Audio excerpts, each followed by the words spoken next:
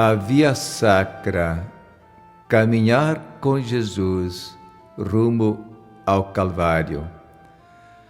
Meditar o sofrimento de Jesus desde a casa de Pilatos, onde foi injustamente condenado, até ao Calvário, onde foi sepultado.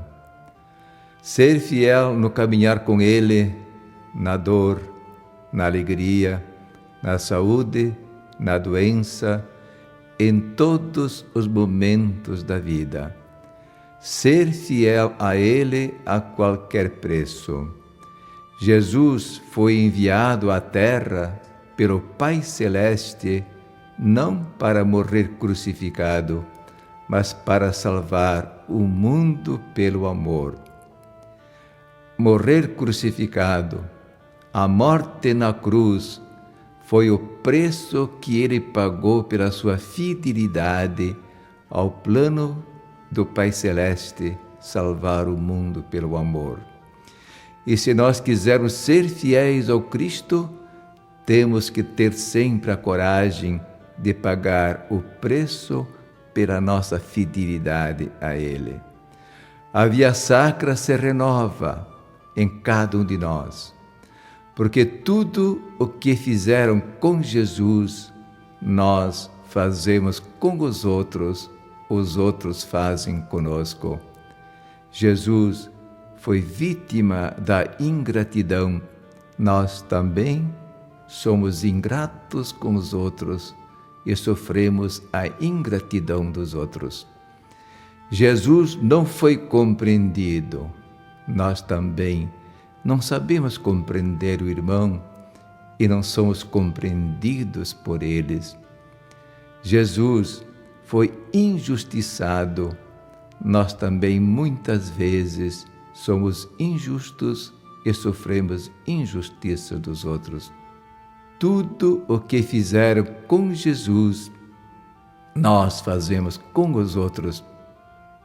É o mesmo drama, é a mesma vítima, são os mesmos papéis, só mudaram os atores.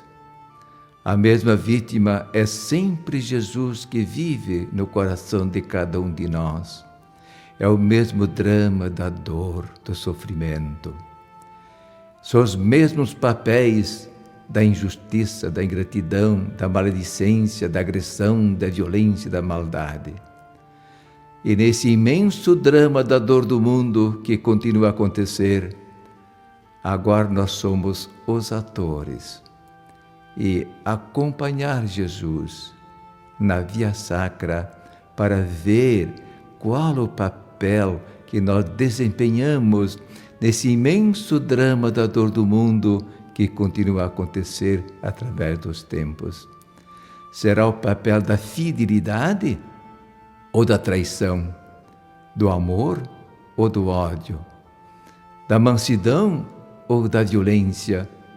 Será o papel da justiça ou da injustiça, da ternura ou da agressividade? Qual o papel que nós representamos nesse imenso drama da dor do mundo, onde Jesus renova a sua via sacra? Senhor Jesus, perdão porque tantas vezes renovei teu sofrimento, causando sofrimento ao meu irmão.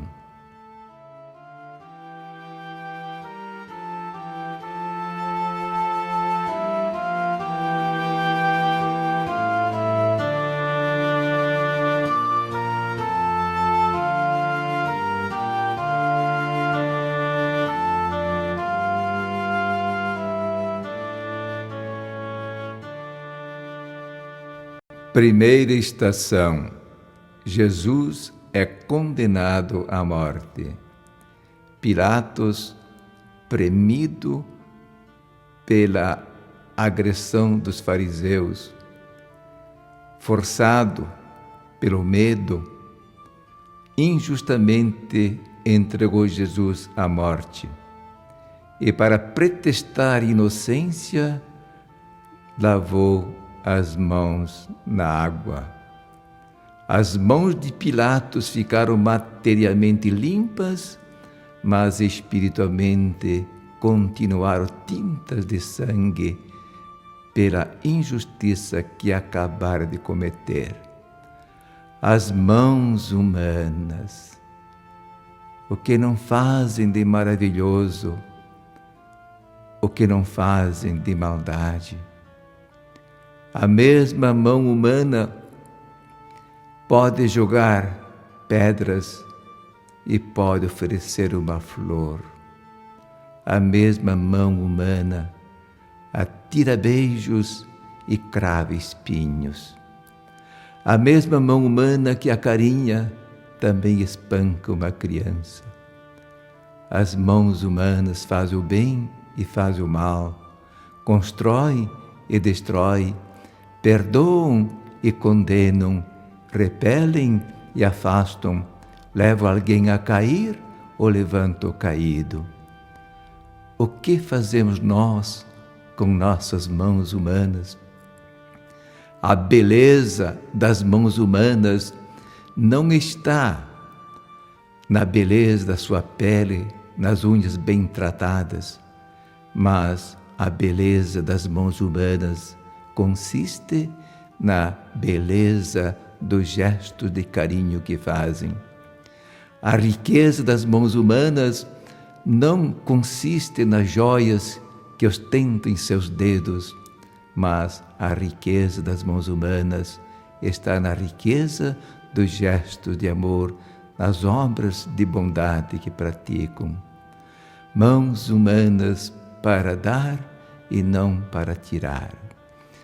O que fazemos nós diante dos erros dos nossos irmãos?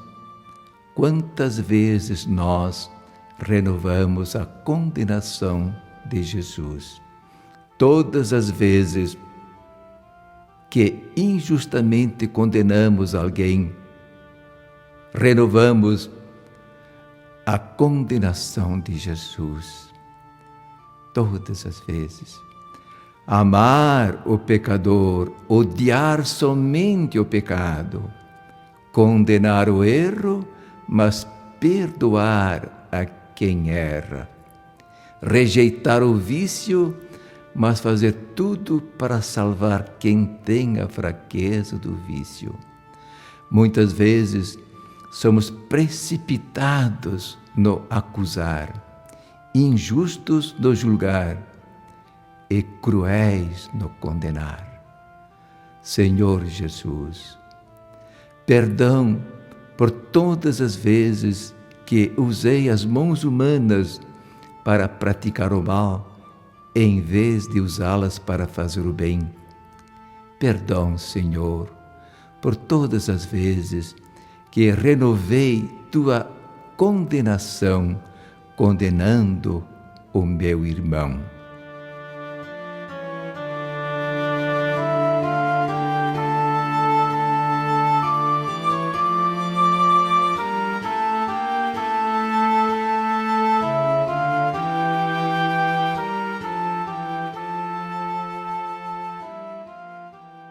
Segunda estação, Jesus aceita a cruz. Sobre os ombros de Jesus amarraram a trave horizontal da cruz. A cruz que veio do ódio, da vingança, Jesus aceitou com amor e a transformou num instrumento de redenção. Deus não manda cruz para ninguém. Todas as cruzes que existem ao longo do caminho da vida vêm do ser humano. Transgredindo a lei de Deus, nós nos tornamos cruz uns para com os outros. Quantas vezes a nossa ingratidão, o nosso desprezo, o nosso egoísmo, a nossa maldade se tornam cruz para o outro. Ser cruz é repetir a cena da segunda estação, quando Jesus aceita a cruz. Cada vez que nos tornamos cruz para o irmão, estamos colocando uma cruz sobre os ombros de Jesus que vive no nosso próximo. Ajudar o irmão a carregar a sua cruz, mas jamais tornar-se cruz para ele.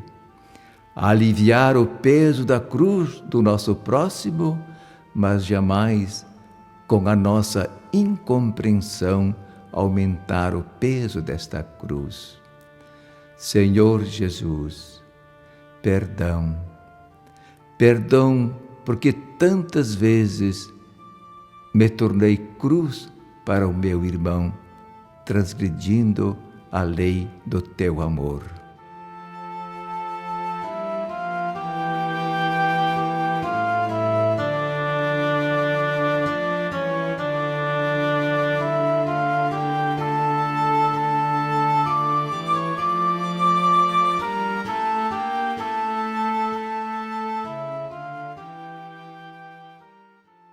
Terceira estação, Jesus cai pela primeira vez.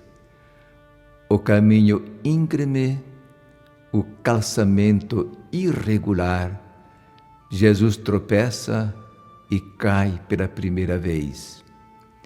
Sempre existe na vida a primeira queda. A criança é inocente e quando cai pela primeira vez, é por causa do mau exemplo dos grandes.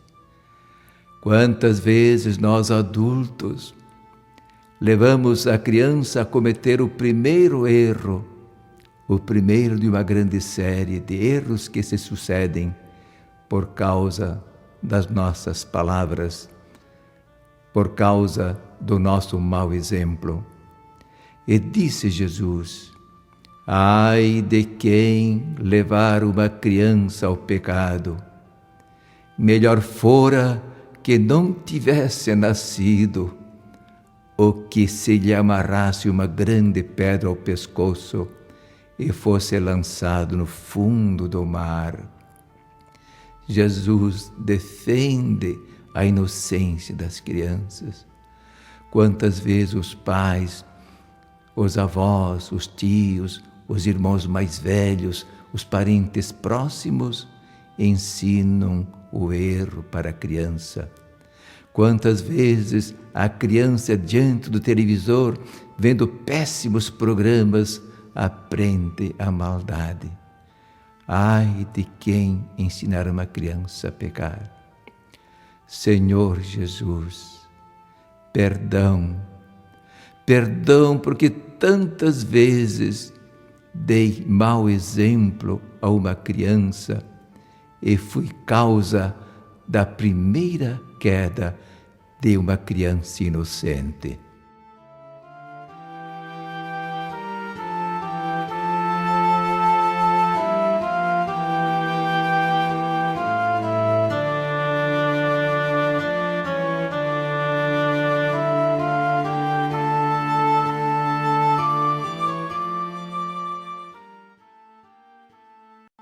Quarta estação, Jesus se encontra com sua mãe.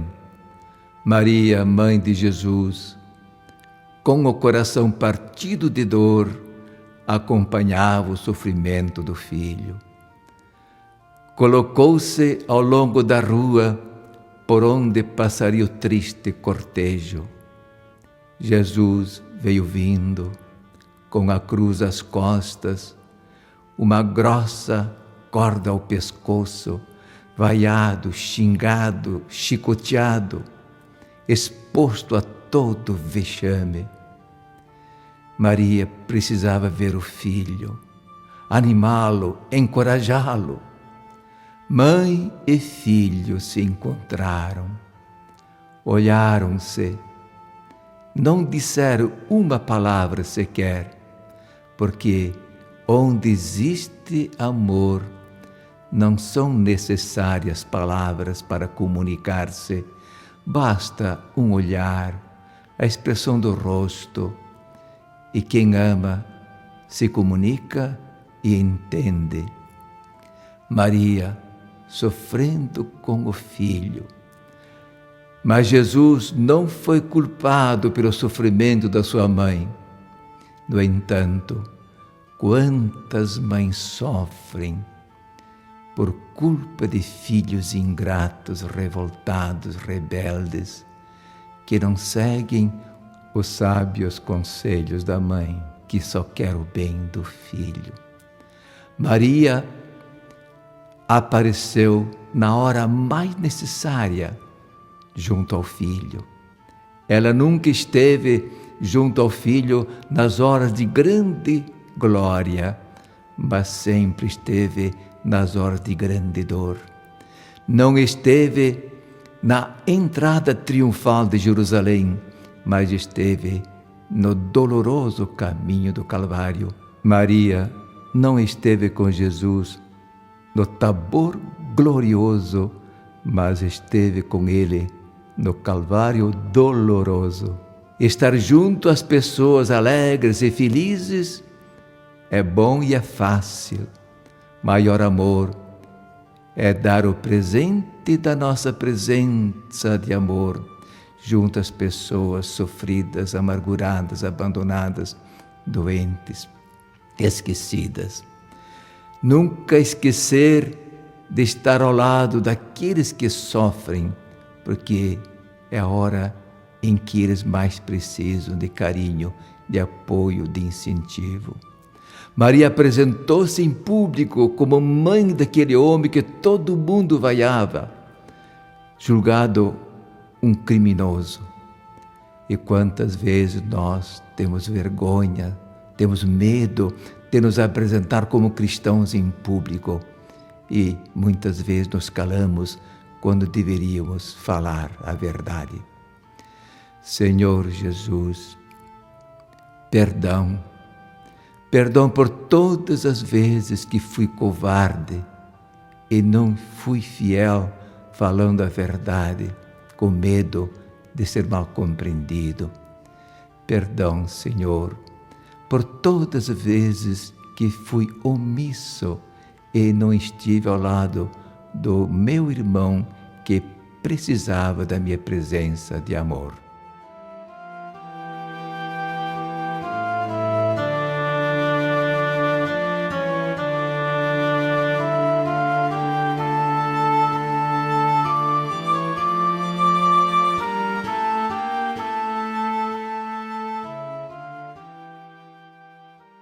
Quinta estação. Simão Cirineu ajuda a Jesus a carregar a cruz.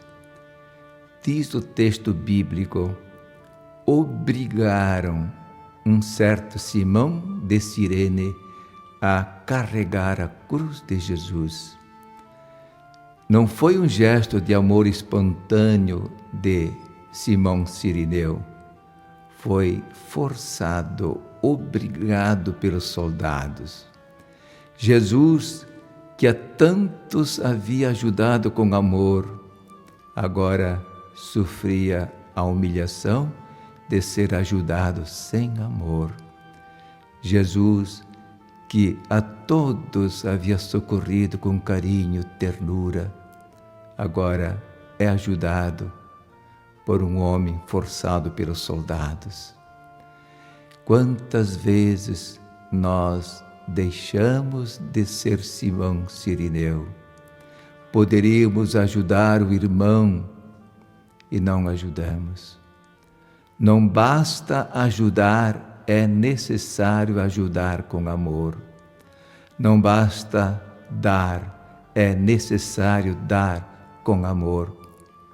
Não basta socorrer, mas é necessário socorrer com amor. Porque se ajudamos, servimos, damos, socorremos sem amor, humilhamos a pessoa necessitada. A riqueza da nossa dádiva não está no seu valor econômico, mas na riqueza do amor com que é oferecida. A grandeza das nossas obras não consiste no seu tamanho aos olhos humanos, mas na grandeza do amor com que são feitas. Dar com amor, fazer tudo com amor, então seremos espiritualmente grandes em tudo e, sobretudo, nas coisas materialmente pequenas. Senhor Jesus, perdão porque tantas vezes não socorri, não ajudei meu irmão. Perdão, Senhor, por todas as vezes que eu servi, socorri ou fiz algo pelo meu irmão de má vontade, humilhando o necessitado.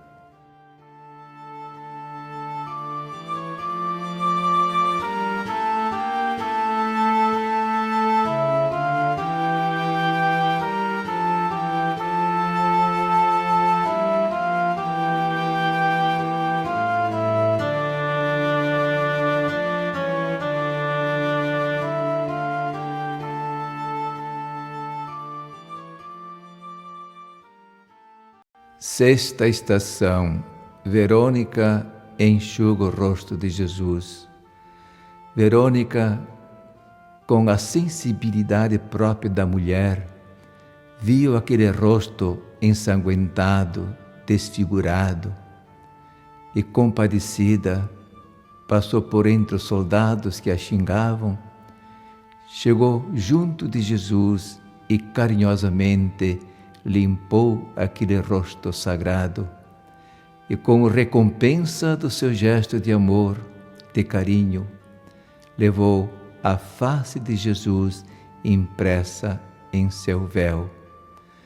Verônica, antes de ter a imagem de Jesus impressa no seu véu, ela tinha Jesus no coração. Por isso, não basta carregar uma cruz sobre o peito, é necessário ter Jesus no coração. Não basta ter um crucifixo em casa, no quarto de dormir, na sala de jantar, mas é necessário que Jesus esteja sempre presente em cada lar, pela vivência do amor que traz paz e harmonia. Ter a sensibilidade de Verônica, compadecer-se com aqueles que sofrem. Compaixão é sofrer junto, é sentir a dor do irmão como se fora o nosso próprio sofrimento. Perdão, Senhor, porque tantas vezes fui frio, indiferente diante do sofrimento do meu irmão e nada fiz para aliviar aquela dor.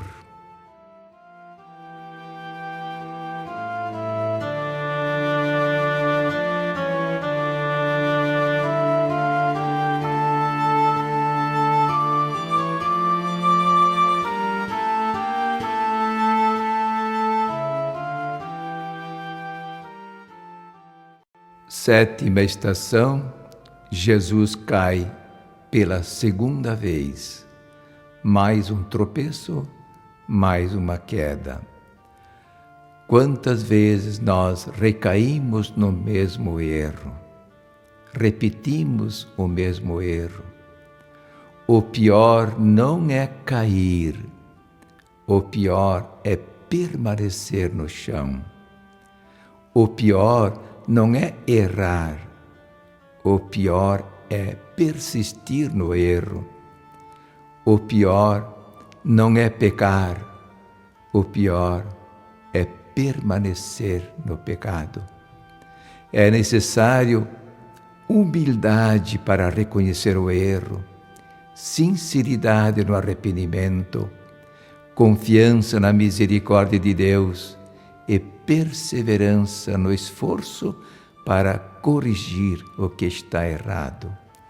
Só seremos derrotados se abandonarmos para sempre a luta. Quem caminha tem a probabilidade de tropeçar, cair, mas pode levantar-se pode continuar a caminhar está progredindo. Quem não caminha está parado, não tropeça nem cai, mas também não progride. Ser humilde para reconhecer o erro, reconhecer-se pecador, lutar contra o pecado é a primeira condição para ser salvo por Jesus, porque Jesus é Redentor. Redentor é aquele que resgata, liberta do pecado, aquele que perdoa. E se nós somos humildes para reconhecer o erro, sinceros do arrependimento, confiantes na misericórdia de Deus, perseverantes no esforço para melhorar, seremos atingidos pela redenção, seremos salvos por Jesus. Levantar-se sempre de novo após cada queda e continuar a caminhar, não desistir da luta, como disse Jesus. Quem persevera até o fim, este será salvo. Meu Jesus, perdão porque tantas vezes vacilei e recaí no mesmo erro. Perdão, Senhor, porque nem sempre me esforcei para progredir no caminho da vida.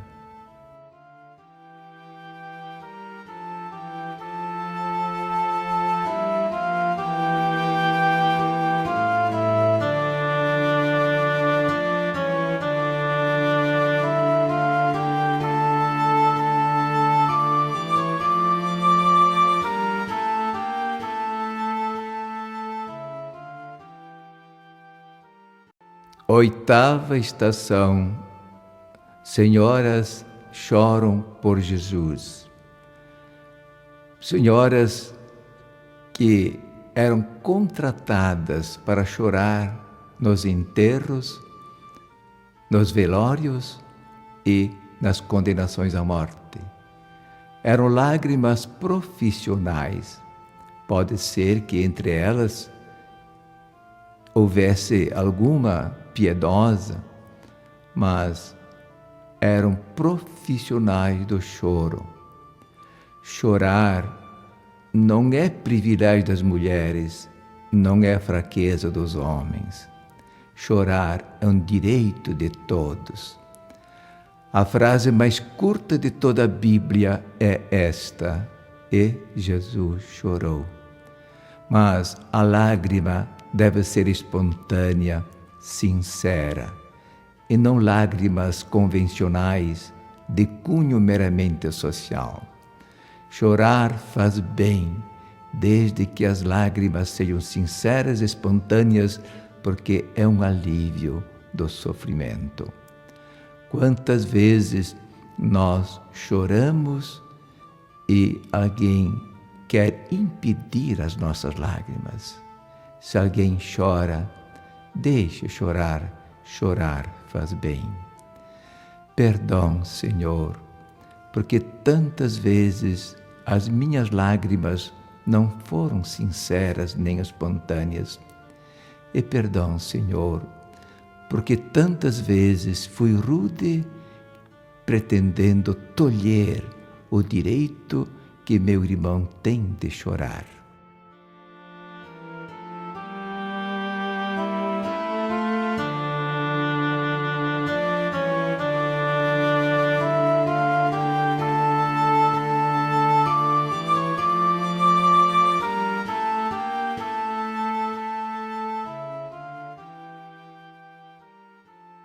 Nona estação.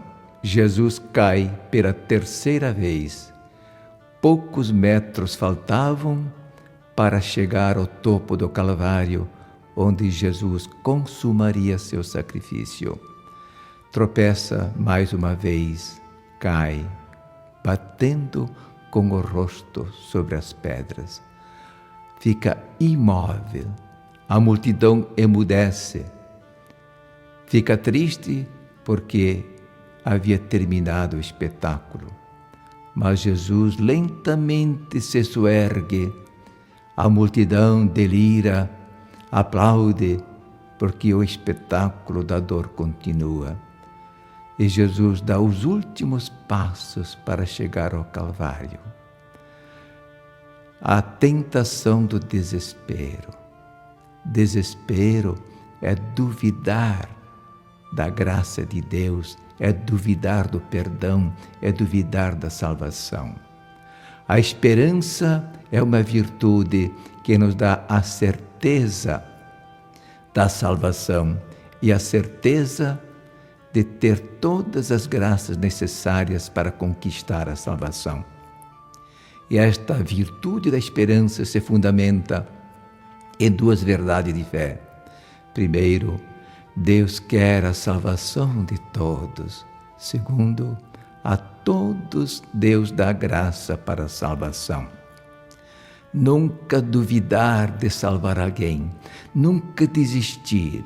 Enquanto há um sopro de vida, há uma esperança de conversão. Enquanto existe a vida, existe o tempo para salvar-se. Perdão, Senhor, porque tantas vezes não confiei no Teu amor e no Teu perdão. Perdão, Senhor, porque tantas vezes me deixei levar pelo desespero e desisti de salvar o meu irmão.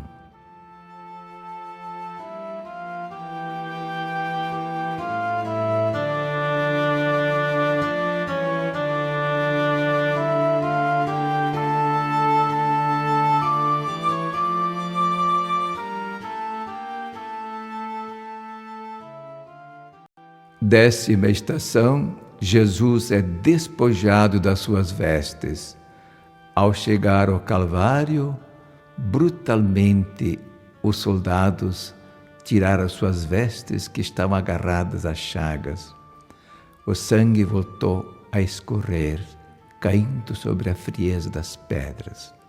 A multidão aplaude o espetáculo. Jesus sofre a humilhação de estar inteiramente despido diante da multidão maldosa. O corpo humano, criado por Deus, obra do incomparável artista divino, corpo humano, criado para a alma e o corpo para Deus, para que se santifique e se purifique. E quantas vezes o corpo humano é conspurcado em sua dignidade, exposto nu na televisão, nas praias, usado para matar, usado para fazer o mal. Quantas vezes a dignidade do corpo humano é enxovalhada pelos meios de comunicação. Dignidade do corpo humano. O corpo humano é morada de Deus, como escreve São Paulo. Vós sois o templo vivo de Deus, Deus vivo vive em vós. E cada vez que usamos o corpo para o pecado, nós estamos desrespeitando a presença de Deus que vive em nós. Perdão, Senhor, por todas as vezes que desrespeitei a dignidade do meu corpo. Em vez de usá-lo para fazer o bem, eu usei o meu corpo para praticar o mal.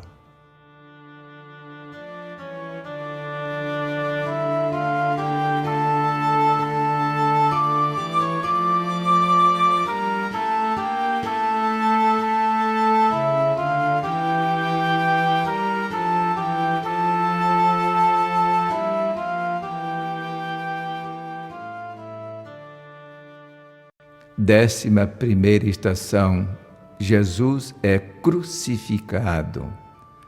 Os soldados vibravam o martelo, os cravos penetravam nas mãos, nos pés de Jesus. As mãos se contorciam, o sangue esguichava. Os soldados vibravam o martelo, o povo aplaudia as marteladas. Foram todos culpados. Culpado o soldado que crucificou Jesus. culpado o povo que aplaudiu a crucificação. Assim, na vida, muitas vezes, nós praticamos o mal e aplaudimos o mal que os outros praticam. Culpado quem pratica o mal, culpado é quem aplaude o mal praticado. Culpado quem erra, culpado é quem aprova o erro cometido. Culpado quem agride, culpado é quem aprova a agressão. Culpado é quem mente, culpado é quem aprova a mentira. Culpado é aquele que vibra o martelo contra o irmão. Culpado é aquele que aprova cada martelada. Perdão, Senhor, porque tantas vezes renovei tua crucificação, crucificando meu irmão, ou aplaudindo as marteladas que os outros vibraram contra o meu próximo.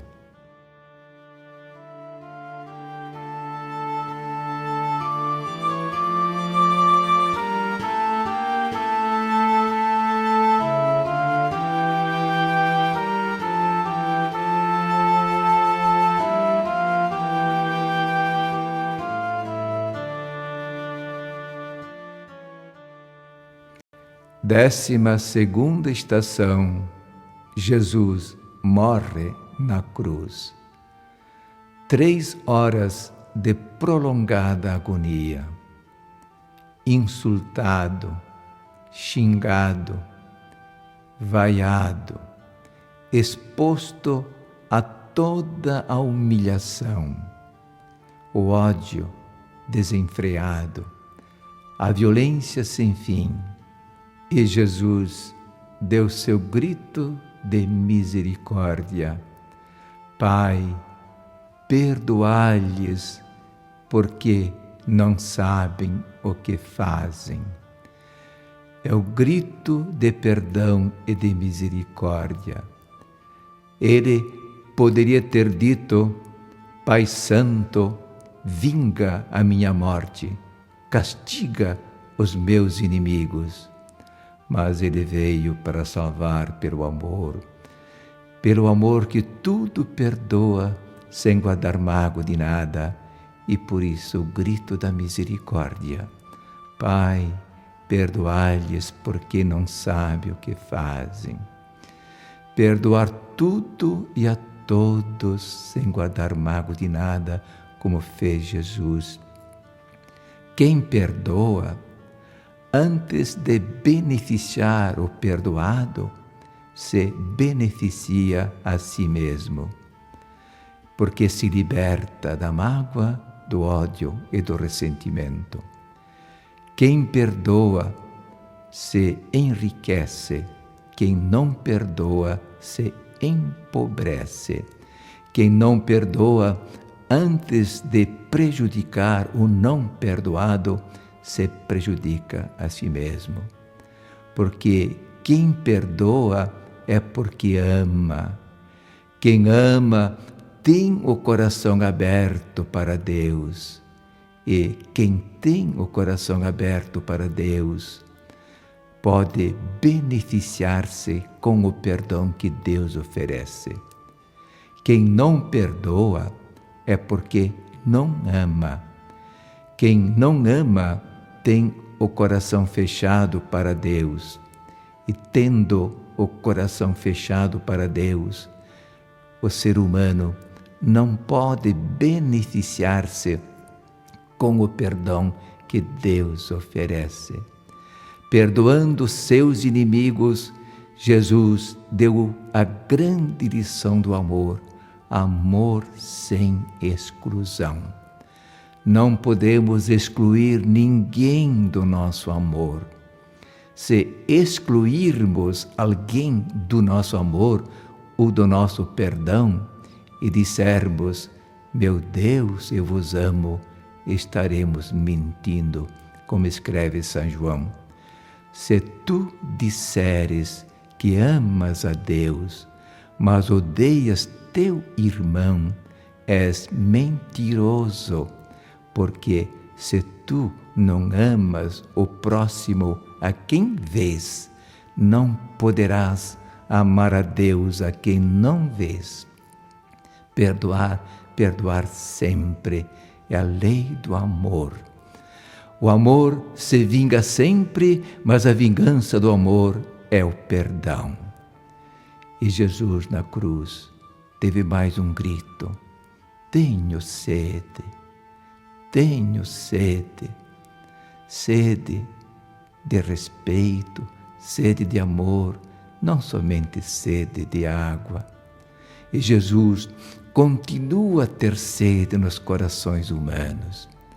A pior sede não é aquela que afeta o corpo com a falta de água para beber. A pior sede é aquela que afeta o coração, a falta de carinho, de amor, de ternura, de estima, de apreço, de dignidade. A pior fome não é aquela que impede o ser humano de comer alimentos. A pior fome é a fome de amor. A fome de amor que acolhe e que perdoa tudo e a todos.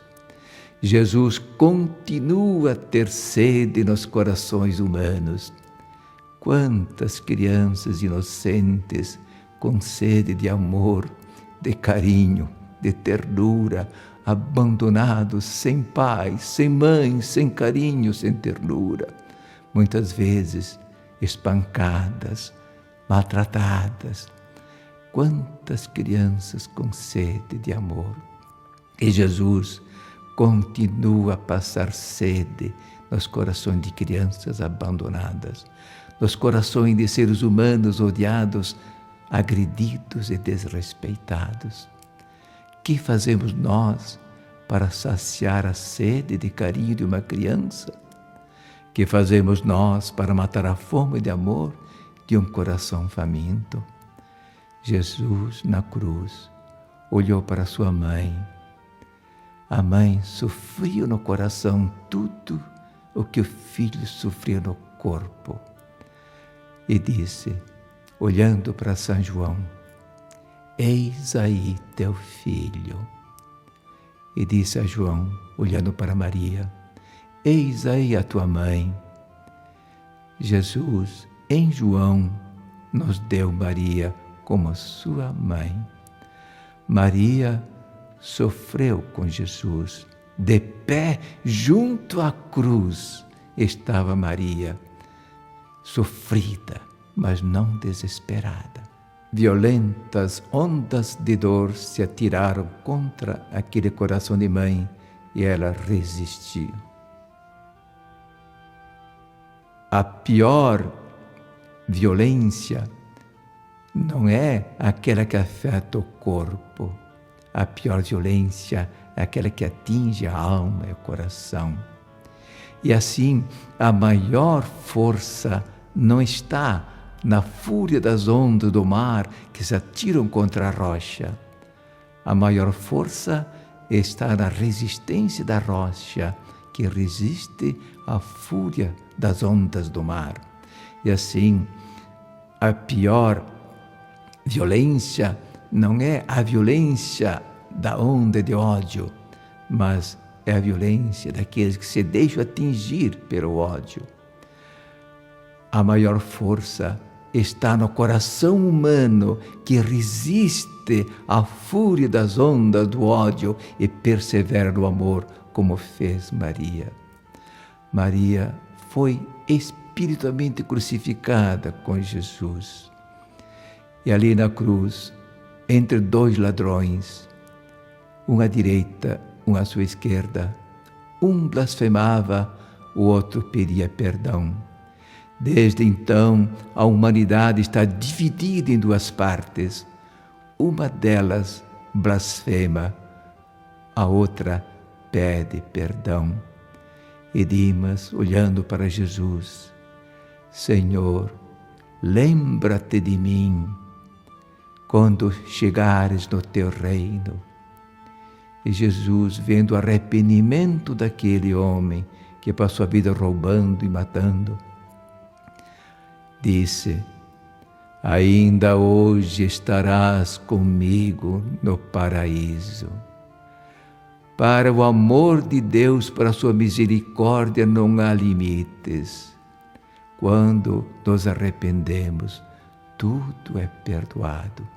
Mas arrepender-se, mas também lutar para libertar-se do pecado e não voltar a cair nele. Jesus mostrou aqui que sempre há uma esperança de salvação. Enquanto há um sopro de vida, há uma esperança de salvação em cada ser humano. Ali na cruz, Jesus sofria, Maria sofria com ele. Pai e filho são dois. Mãe e filho são um só.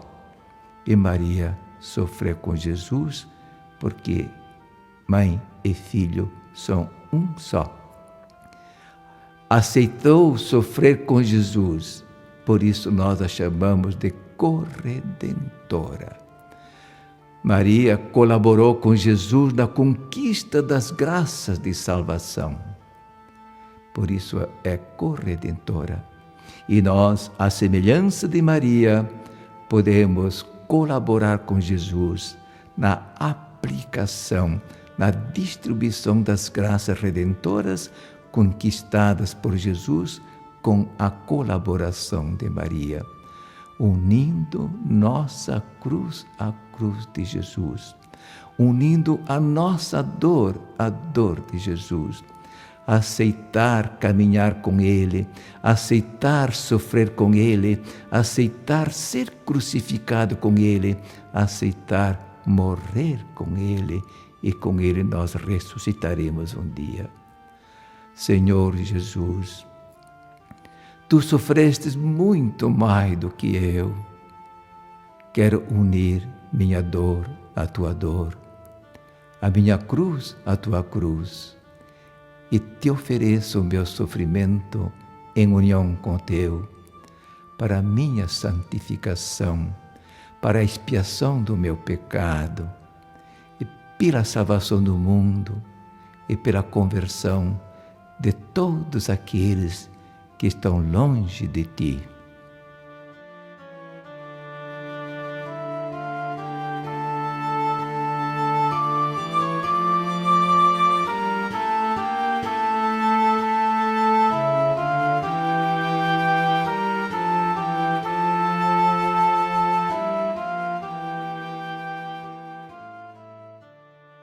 Décima terceira estação, Jesus é tirado da cruz. Michelangelo, aquele grande artista italiano, foi admirável quando no mármore frio e indiferente esculpiu aquela célebre imagem, a Pietà, mostrando Maria com Jesus morto nos seus braços. Michelangelo conseguiu imprimir no mármore os traços profundos da dor, mostrando o rosto de Maria sofrido, dolorido, incomparável artista. Mãe com o filho morto nos braços. Que contraste terrível entre o presépio e o Calvário. No presépio, a criança recém-nascida, cheia de vida. Aqui, o filho morto nos seus braços. No presépio, dois lindos olhos de criança cheios de brilho. Aqui, os olhos do filho adulto, sem luz, vidrados pela morte. No presépio, o rostinho lindo da criança, todo rosado.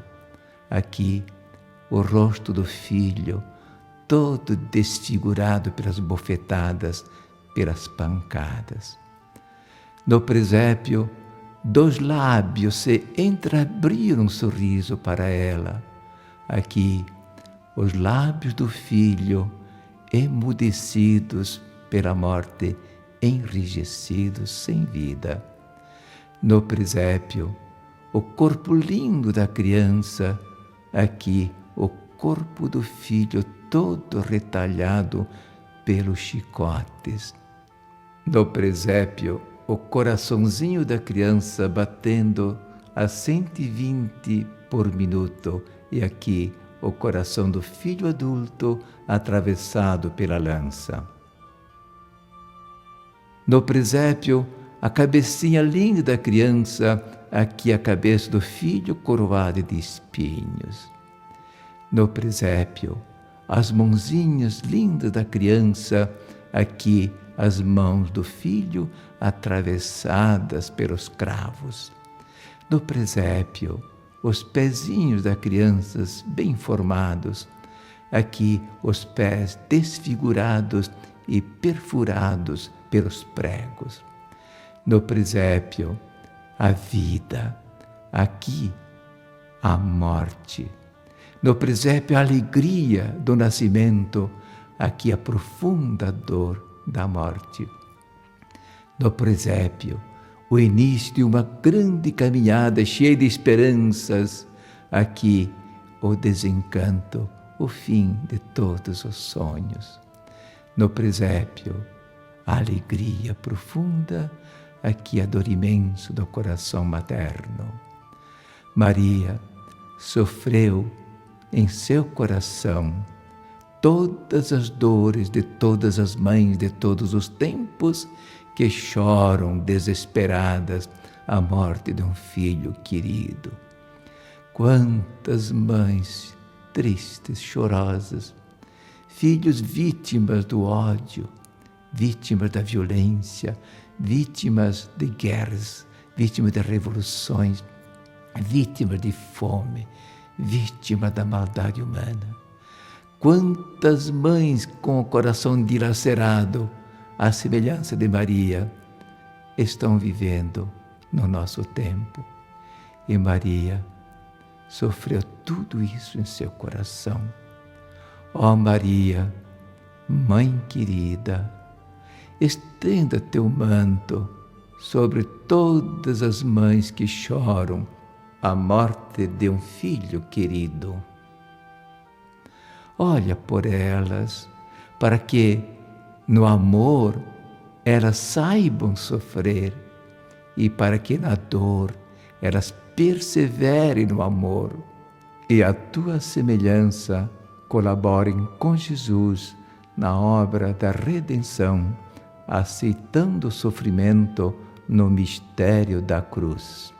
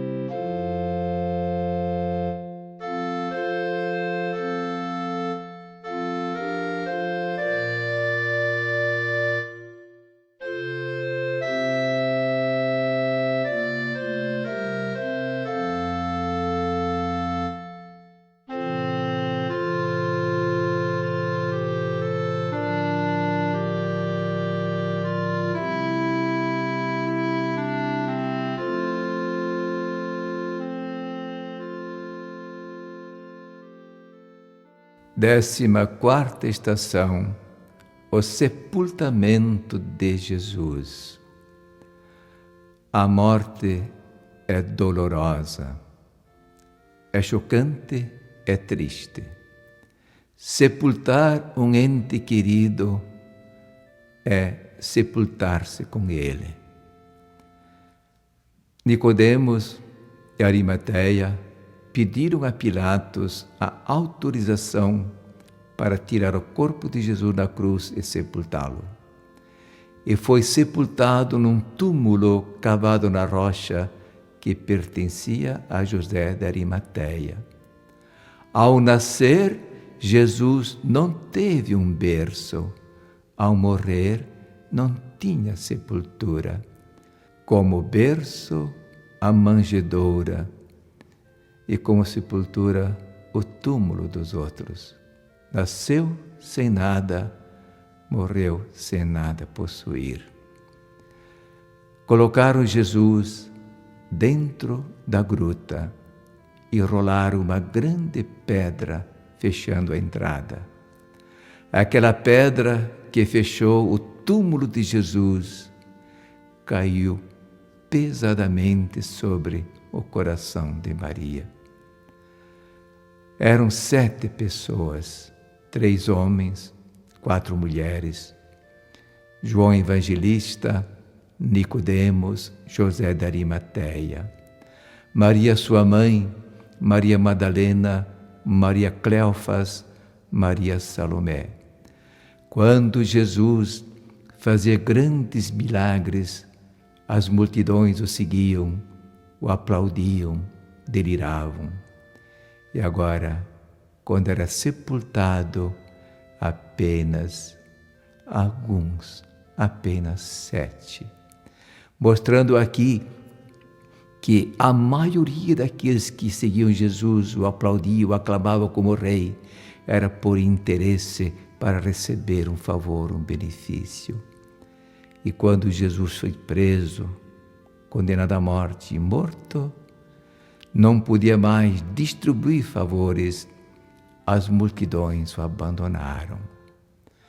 A fé não é Deus a meu serviço, mas eu a serviço de Deus. Fé não é Deus me dar o que eu quero, mas eu fazer o que Deus quer. Fé não é Deus à minha disposição, mas eu à disposição de Deus. Fé é voltar-se inteiramente para Deus, para entrar em sintonia com Ele e fazer o que agrada a Ele. A morte é dolorosa, triste e chocante. Quando nós a encaramos sob o olhar meramente humano, material. Mas nós temos que olhar a morte à luz da fé, iluminada com a luz da esperança. A morte não é o fim da vida, mas é o começo da verdadeira vida. Vejam bem, o que é a flor antes de ser uma flor? É um botão. O botão fechado sobre si mesmo esconde tudo o que a flor tem de belo, o perfume, a cor, a forma. Quando o botão se abre, ele não se destrói, ele se transforma na plenitude da flor e mostra toda a beleza que estava escondida. Assim é a nossa vida, assim é a nossa morte. Nesta vida terrena está escondido tudo o que a eterna tem de maravilhoso. Vivemos limitados, fechados no espaço e no tempo, mas nesta vida terrena, como se fosse um botão de flor fechado sobre si mesmo, está escondido tudo o que a vida eterna tem de maravilhoso. E quando morremos, a vida não é destruída, mas é transformada. É a vida terrena que se abre para a plenitude da eterna e mostra toda a beleza, o encanto que estava escondido. Como São Paulo escreve: olho humano jamais viu, ouvido humano jamais ouviu, coração humano jamais pressentiu o que Deus reservou para seus eleitos. Quando morre alguém, nós choramos, derramamos lágrimas de saudade. A saudade é uma dor, mas não é algo negativo, é algo positivo. Porque a saudade nos dá a certeza de que houve amor. Onde houve convivência de amor, há sempre a saudade na ausência e na separação. Chorar de saudade pelos mortos é um direito, é um alívio, é um desabafo. Não faz mal ao falecido, só faz bem ao vivo. Mas não basta chorar os mortos, é necessário não esquecer de sorrir para os vivos. Os que morreram teriam preferido um sorriso nosso durante a vida a todas as lágrimas derramadas após a morte. Quando morre alguém, quando sepultamos alguém, colocamos flores do jardim no caixão e na sepultura.